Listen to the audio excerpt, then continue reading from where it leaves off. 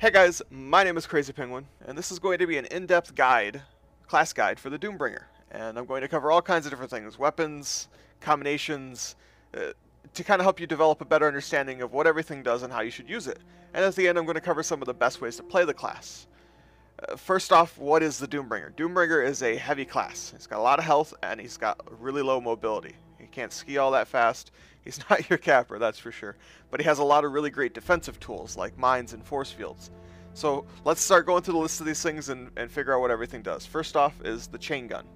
The chain gun is actually a fairly decent weapon. It has really high damage, and a lot of people would argue that it's overpowered. But in my hands, this gun sucks. I can't seem to hit anything. I gotta get a better feel for the projectile and whatnot. But this gun is really great. It's something you should get used to using and get better with, because the other one isn't quite so viable. This thing excels very well at killing incoming flag cappers, because generally they have to run in a straight line to get to you, and it makes them an easy target. A lot of times they'll die before they even get to your stand, not to mention all of the other things that should be littering the flag stand.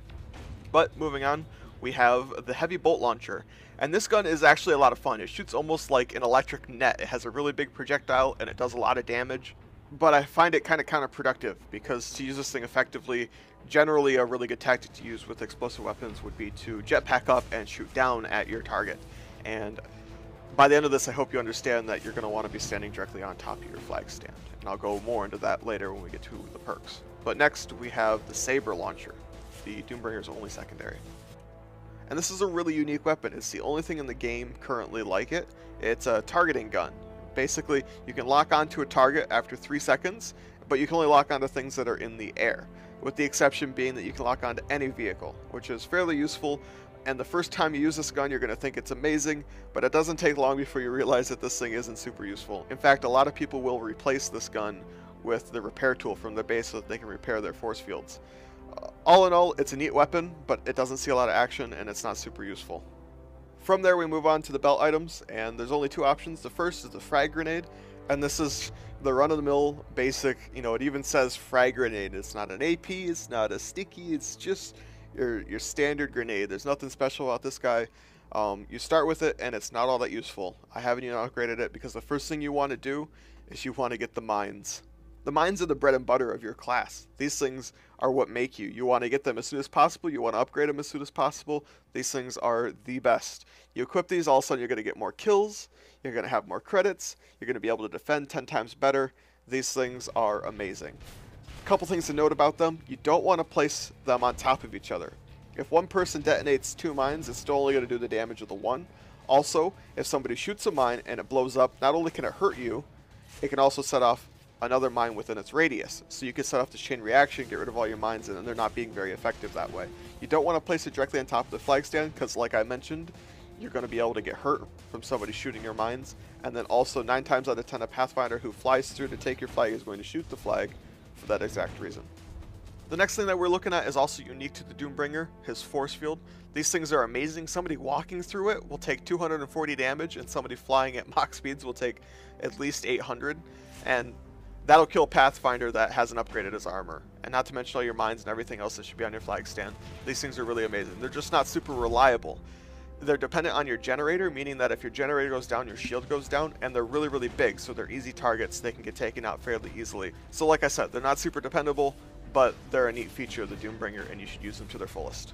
And now we have the Doombringer's armor, the Mark 1, and this is your run-of-the-mill armor. There's nothing special going on here. Him being a heavy class, he has the option to upgrade 200 health, regeneration delay, energy, health regenerate. All of it's pretty standard among the heavies. Nothing spectacular going on here. Just keep in mind, if you don't upgrade your armor, you're not going to survive nearly as well. Alright, moving on to the 2 perk slots. As you can see here, I have Safety 3rd highlighted, and it is by far the one that I would suggest the most. It allows you to carry that 3rd mine, and fully upgraded, it allows you to place that 4th mine. On top of that, it increases the radius by 10%, which allows them to be even more lethal. There's a couple other things that might be helpful, maybe Looter or Ultra Capacitor 1, but generally they're not even going to come close to the usefulness of Safety 3rd. On top of that, Looter's kind of negated by the fact that you should call in inventory stations by you anyway. As you can see, as far as the second perk goes, I've selected Super Heavy for obvious reasons. If you can't tell throughout this video so far, the Doombringer is great at defense, and this is just another one of those tools in his bag. You want to upgrade this all the way so that body block causes damage, and that basically means that you get to be a third force field that isn't dependent on the generator and that you can position on the fly as needed. It's just one more thing that the enemy has to be wary of when they're coming in to try and take your flag. Okay, so now that we covered all the different options that you have as a Doombringer, if you couldn't tell already, I'm kind of pointing you in the right direction, I think, towards the playstyle that is heavy on flag, or HOF, H-O-F. And the gist of heavy on flag is fairly simple. You want to stand literally on your flag pole and place your defenses around you. As I mentioned, you want to space out your landmines, you want to have really clever force field deployment, and you want an inventory station nearby to keep yourself replenished.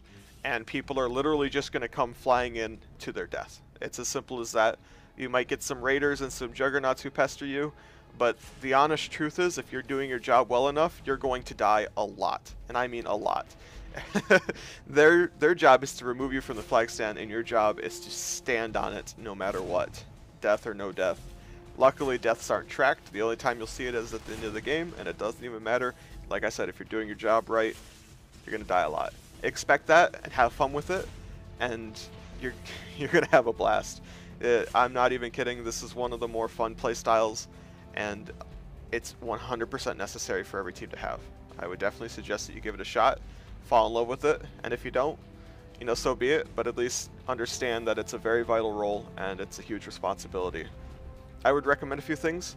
As far as like first upgrades, definitely go for the mines.